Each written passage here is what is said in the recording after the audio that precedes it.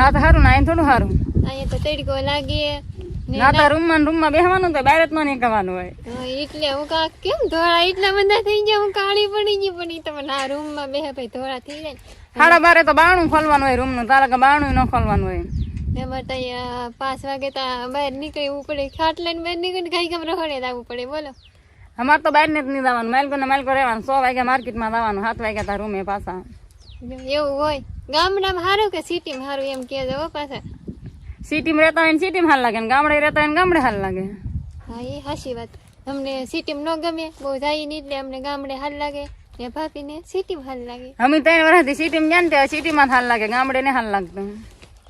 હવે તમે કહો તો ગામડું સારું કે સિટી સારું હવે જાઓ કે સિટીમાં કોઈ કમેન્ટ કરી એટલે મારા ભાભી રહી જવાનું છે સુરત લઈ જાઓ કે પાછો હા ત્યાં હાલો આપણે હવે સુરત વૈયા આવું ભાભી અરે ને ભાભીને તડકો લાગી ગયો ને થોડાક એવા ઈંડવા તોડ્યા તોડવાના તો આખા ખેતરમાં હવે કેદી પૂરા થાય ખબર નથી હો 15